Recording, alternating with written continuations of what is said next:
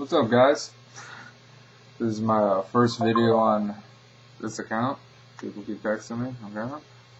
Anyway, yeah, this is my first video on this account. I'm gonna be touching on a few things. Try to get a lot in this video. I don't know if I'm gonna be able to do it all in 10 minutes, so I better hurry up. First thing I'll touch on is the Hell in a Cell pay-per-view. Ho hum. Yeah, there really wasn't anything great. I bought it. Well, I only paid $10, so whatever. That was my share of the money, so whatever.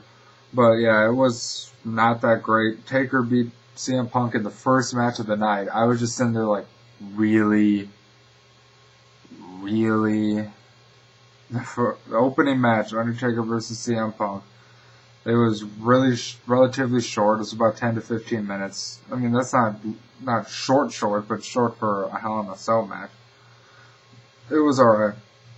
The pay-per-view itself was mediocre. I mean, it wasn't that great. The matches, there weren't any really standout. That match was like, there wasn't any match where you thought, wow, that match was really good. The triple threat match for this title was pretty good. Ziggler and Morrison, a lot of people thought it was a pretty good match. I think it was okay, but I just thought it was a bit slow at some spots. DX main eventing the pay-per-view. Triple H, why is your ego so huge?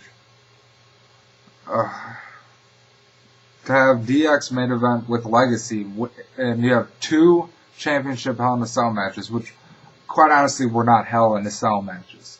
This was really, there wasn't very much hell in the cell at this pay-per-view. I mean, no blood, I mean, and that's not that big of a deal. I mean, blood is, you can have a really great match and not have any blood. Look at Undertaker versus Edge I think it was last year, SummerSlam. So, I mean, but none of those were Hell in a Cell matches. Maybe the DX Legacy match, but that match was even really slow. Just like their Breaking Point match.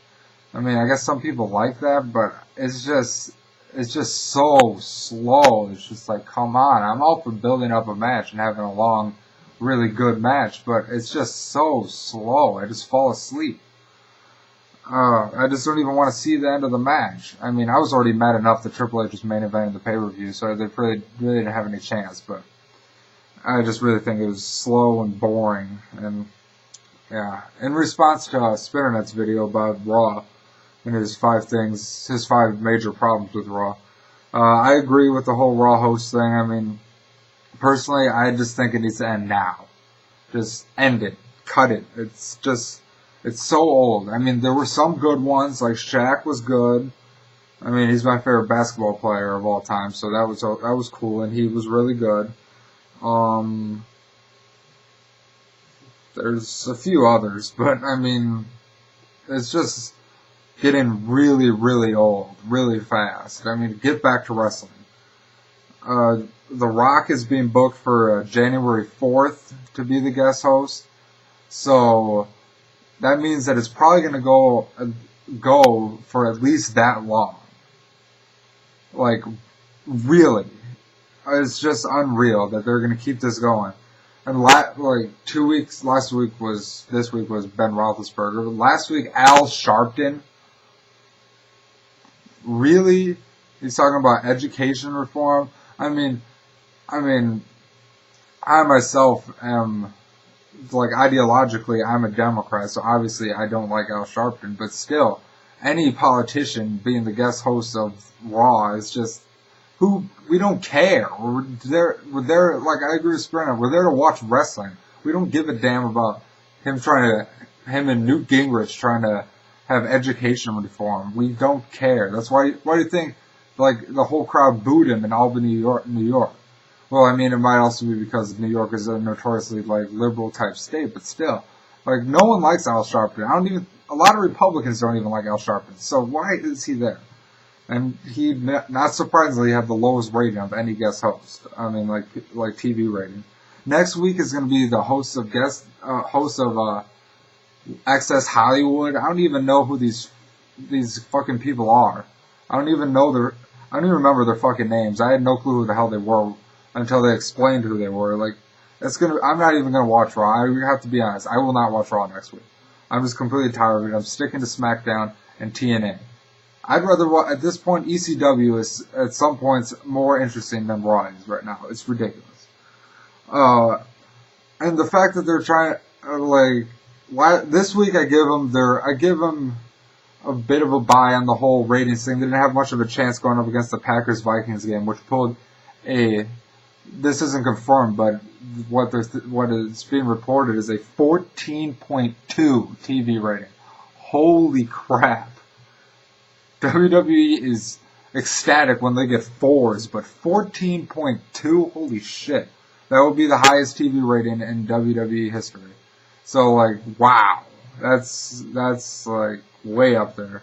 And kudos to Brett Favre, but not Brett Favre fan, but he got back at the Packers, and I'm a Bears fan, so, ha! Anyway, Booker T, another thing, Booker T, the reports going around that Booker T will be coming back to WWE, leaving TNA. I guess he's having problems with creative still. He's had problems pretty much since he got there, and I honestly don't blame him because TNA creative seems to not know what they're doing a lot of the time, but neither is WWE creative, so, yeah. They both have their negatives. Apparently it's been reported that he wouldn't put over Matt Morgan on TNA Impact, which I don't agree with. I'll be happy to see Booker T back in WWE, but I don't agree with him not putting someone over. I mean, it's kind of hypocritical for him not to put over Matt Morgan. And then back in like 2006 or 2007, he was whining about Triple H burying him on SummerSlam.